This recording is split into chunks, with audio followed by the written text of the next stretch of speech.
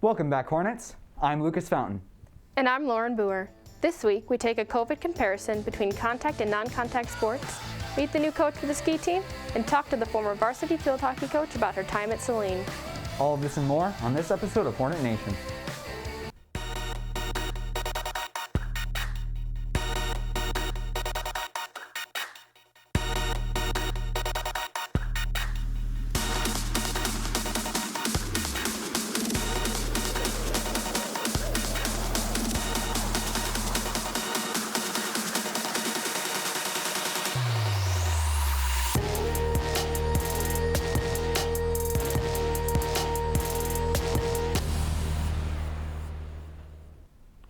Many sports have changed their practices drastically since they've been allowed to play again. Andrew Schmaltz takes a deeper look at the differences between contact and non-contact sports. When you think of sports this year, there are two major factors. Is it contact or non-contact?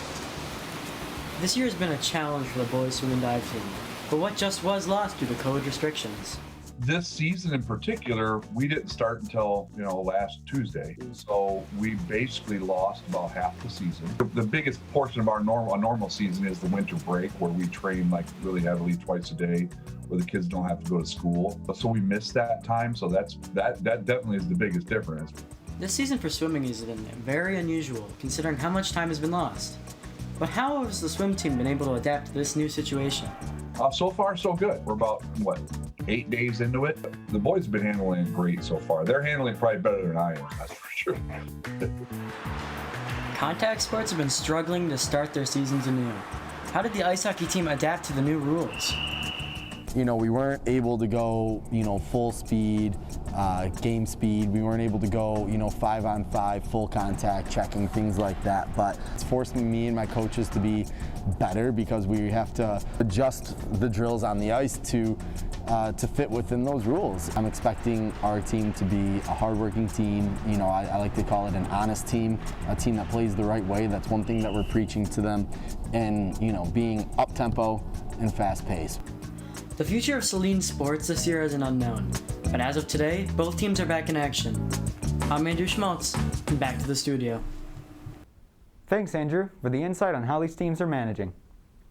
After a long waiting period, winter sports have resumed. Tomorrow at 6:30, the hockey team will hit the ice against Huron.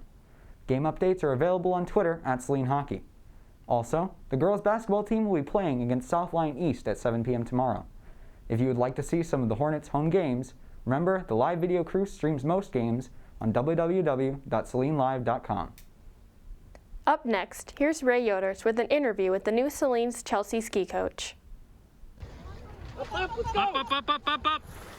The season for competitive ski racing has finally kicked off here at Saline. I sat down with the new head coach, Greg Normand, to ask a few questions about his new leadership position. I coached ski racing for years. And I coached at Brighton, I was at Waterford, and I coached a little bit at Rochester. The lacrosse coach at Saline is a friend of mine, actually played for me at Eastern Michigan. He said, hey, the job was open.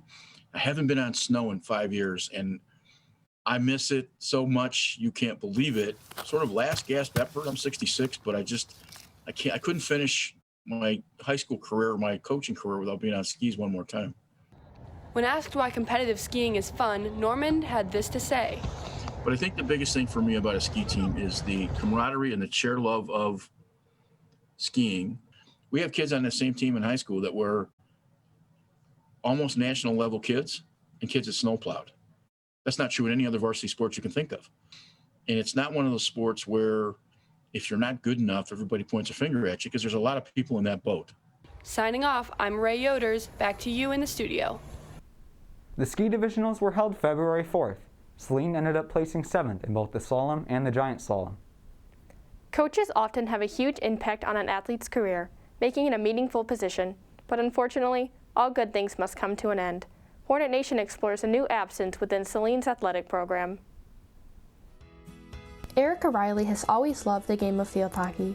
She was a Hall of Fame player at the University of Iowa, and 10 years ago, she founded Saline Middle School's field hockey program. In 2014, she was named the high school's varsity coach.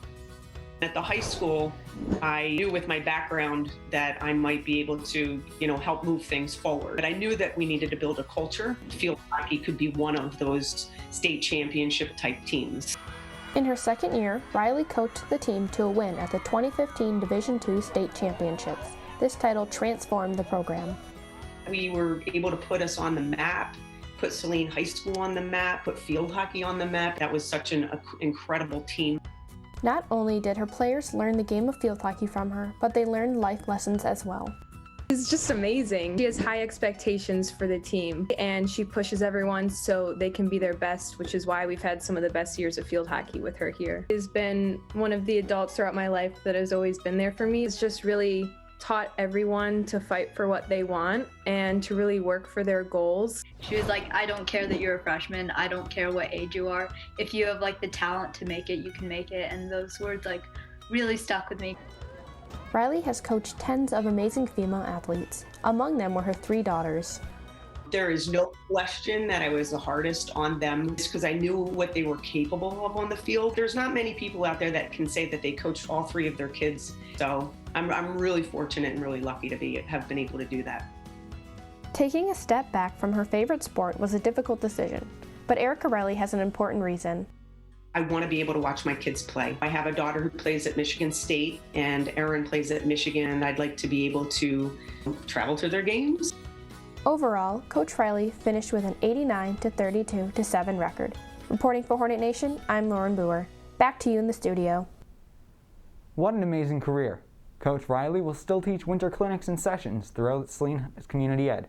We wish her success in her future endeavors. Thank you, Coach Reilly, for your dedication to the Saline field hockey program. Well, that's all for this show. Be sure to follow us on Twitter for the latest show updates at Nation Hornet. Also, follow us on Instagram and subscribe to us on YouTube at Saline Video. Signing off, I'm Lucas Fountain. And I'm Lauren Booher. Have a great weekend, Hornets.